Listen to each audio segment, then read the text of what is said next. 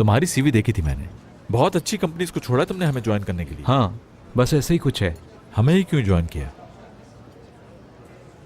वैसे काम करना मेरी प्रायोरिटी नहीं है, मगर हयात की वजह से मैंने आपकी कंपनी ज्वाइन कर ली। प्रायोरिटीज क्या है तुम्हारी? हयात को खुश रखना।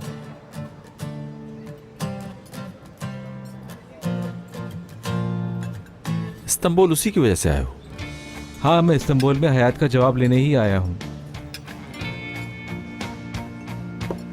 तो क्या जवाब दिया उसने? फिलहाल तो उसने कोई जवाब नहीं दिया, लेकिन मैं किसी भी कीमत पर उसे दोबारा खोना नहीं चाहता।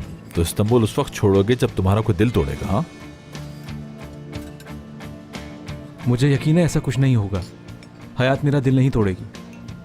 अगर उसने मना कर भी दिया तो भी मेरा प्यार उसके लिए कभी कम नहीं होगा।